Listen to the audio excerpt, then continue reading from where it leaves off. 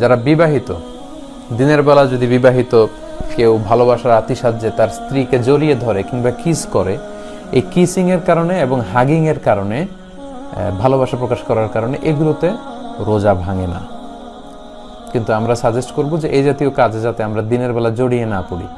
কারণ আপনি যদি আপনার বিবাহিত স্ত্রীকে জড়িয়ে ধরেন বা কিস করেন, এতে হয়তো আপনি সেক্সুয়ালি আরও এক্সাইটেড হয়ে যেতে পারেন। হয়তো এক পর্যায়ে আপনি একেবারে ফাইনাল ডেস্টিনেশনে চলে গেলে আপনি হয়তো ফিজিক্যাল ইন্টিমেসিতে গেলেন বা ফিজিক্যাল ইন্টারকোর্সে গেলেন, আপনি একটা হারাম কাজ করে ফেলেন। এবং আগেই আমরা এ ব্যাপারে সতর্ক করেছি যে সেক্ষেত্রে আপনার শুধু কাজা করলেই হবে না, কাফারাও দেওয়া লাগবে, এবং এটা একটা বড় ধরনের ওয়ার্নিং এবং মহাবিপদে তখন আপনি পড়ে যাবেন। এজন্য আমরা সাজেস্ট করি যে দিনের বেলায় এই জাতীয় কাজ যেন আমরা না করি।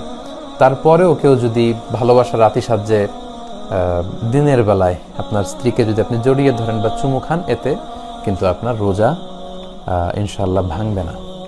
এর দলিল হচ্ছে সহিহ মুসলিমের হাদিস, আম্মা জান আয়েশা রাদিয়াল্লাহু তাআলা আনহা, আল্লাহ রাসূল সাল্লাল্লাহু আলাইহি ওয়াসাল্লামের প্রিয়তমা সহধর্মিণী, তিনি নিজেই বর্ণনা করছেন যে তিনি বলছেন, কানা নবিয়্যু সাল্লাল্লাহু আলাইহি ওয়াসাল্লাম ইউকাব্বিলু ওয়া হুয়া সাইম। আল্লাহ রাসূল সাল্লাল্লাহু আলাইহি ওয়াসাল্লাম রমাদান মাসে দিনের বেলায় আমাকে চুমু দিতেন, ওয়া ইউবাশিরু ওয়া হুয়া সাইম, এবং তিনি আমাকে জড়িয়ে ধরতেন, আগলে রাখতেন রোজা রাখা অবস্থায়। তো এটাই প্রমাণ করে যে চুমু দিলে বা স্ত্রীকে জড়িয়ে ধরলে, কিস করলে বা হাগ করলে, এতে করে কিন্তু আপনার রোজা ভাঙবে না। তবে আমরা এটাকে সাজেস্ট করি না, যেহেতু এটার কারণে আপনি সেক্সুয়ালি এক্সাইটেড হয়ে যেতে পারেন এবং আপনি বড় ধরনের কবিরা গুনাহে লিপ্ত হয়ে যেতে পারেন। তবে কারো যদি নিজের ওইরকম কন্ট্রোল থাকে, তাহলে এরকম ঘটনা যদি ঘটে যায়, তাহলে আপনার রোজা ভাঙবে না ইনশাআল্লাহ। 3 নাম্বার হচ্ছে ওয়েট ড্রিম, যেটাকে আরবিতে বলে আল ইহতিলাম, বাংলায় অর্থ দাঁড়াবে স্বপ্নদোষ।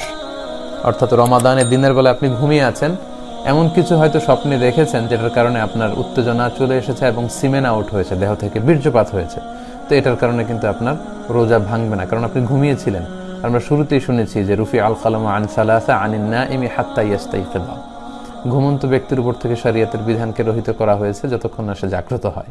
তো ঘুম অবস্থায় তো আপনি ইচ্ছাকৃত এটা করেননি, ফলে এই যে আপনার সিমেন আউট হলো, এতে করে আপনার রোজা ইনশাল্লাহ ভাঙবে না। জাস্ট আপনার জন্য গোসল ফরজ হয়েছে। আমরা জানি যে সিমেন আউট হলে, দেহ থেকে বীর্যপাত হলে গোসল ফরজ হয়। আপনি ঘুম থেকে উঠেই তাড়াতাড়ি গোসল করে নেবেন, এতে আপনার রোজা ভাঙবে না ইনশাল্লাহ। স্বপ্নদোষের কারণে রমাদানের দিনের বেলা স্বপ্নদোষ হলে, যেটাকে ওয়েট ড্রিম বলে, এতে আপনার রোজা ভাঙবে না।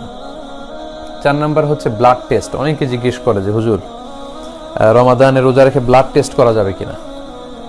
কি মনে হয় আপনাদের, ব্লাড টেস্ট করা যাবে? হ্যাঁ, ঠিকই বলেছেন, ব্লাড টেস্ট করা যাবে। ব্লাড টেস্ট করলে রোজা ভাঙবে না ইনশাআল্লাহ, যেহেতু এটা খুব অল্প পরিমাণের রক্ত নেওয়া হয়। সামান্য কিছু রক্ত নিয়ে সাধারণত এই মেডিকেল টেস্টগুলো করা হয়। এতে রোজাদারের দেহে কোনো প্রভাবও পড়ে না, কোনো দুর্বলতাও আসে না, ফলে আপনার রোজা ভাঙবে না ইনশাআল্লাহ। 5 নাম্বার হচ্ছে অনিচ্ছাকৃত যদি কেউ বমি করে, তাহলে রোজা ভাঙবে না।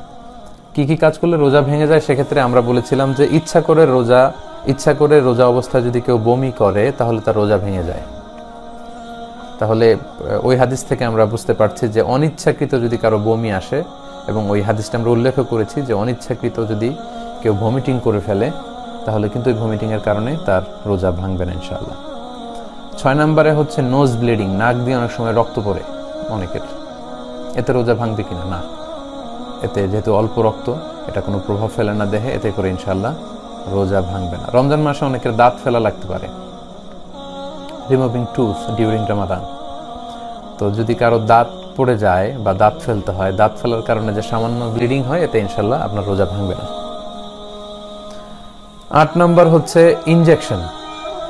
অনেকে এই প্রশ্নটা আমাদের করে থাকেন যে রমাদান মাসে ইনজেকশন পুশ করা যায় কিনা।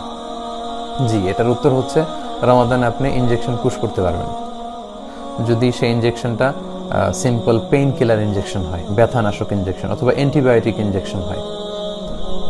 এই জাতীয় কোনো মেডিকেশন বা ভ্যাকসিন জাতীয় ইনজেকশন হলে সেটা আপনার রোজা ভাঙবে না ইনশাআল্লাহ। কিন্তু ওই ইনজেকশন যদি স্বাভাবিক ইনজেকশন না হয়ে কোনো এনার্জেটিক ইনজেকশন হয়, যেটার মধ্যে ফুড সাপ্লিমেন্টারি আছে, অথবা যেটার মধ্যে নিউট্রিশিয়াস, যেটা নিউট্রিশন ভ্যালু আছে, পুষ্টিগুণ সম্পন্ন ইনজেকশন। এখন এমনও অনেক ফুড সাপ্লিমেন্টারি ভ্যাকসিন বা ইনজেকশন আবিষ্কার হয়েছে, যেটা আপনার দেহে পুশ করলে 3 দিন 4 দিন আপনার ক্ষুধা লাগবে না। পুষ্টি শূন্যতায় ভুগবেন না, এটা এত এনার্জেটিক ইনজেকশন। এই জাতীয় ইনজেকশন দিলে কিন্তু আপনার রোজা ভেঙে যাবে, কারণ তখন আপনি ইনডাইরেক্টলি সেই আল আকল ওয়া শুরব, আমরা শুরুতে যেটা বলেছি খাওয়া এবং পান করা অর্থাৎ পানাহার, সেটাই আপনি করছেন। আপনি সরাসরি হয়তো মুখ দিয়ে খাদ্যনালী দিয়ে আপনার পাকস্থলী বা স্টোমাকে খাবার পাঠাচ্ছেন না, কিন্তু ইনডাইরেক্টলি এনার্জেটিক বা ফুড সাপ্লিমেন্টারি কিংবা নিউট্রিশন ভ্যালু আছে এরকম ইনজেকশন পুশ করে কিন্তু এই খাবার বা পানীয়ের কাজই আপনারা করছেন। তো এই জাতীয় ইনজেকশন হলে রোজা ভেঙে যাবে, কিন্তু এমনি সিম্পলি কোনো ভ্যাকসিন, পেইন কিলার ইনজেকশন, এই জাতীয় সাধারণ ইনজেকশন ইনশাল্লাহ রোজা ভাঙবে না।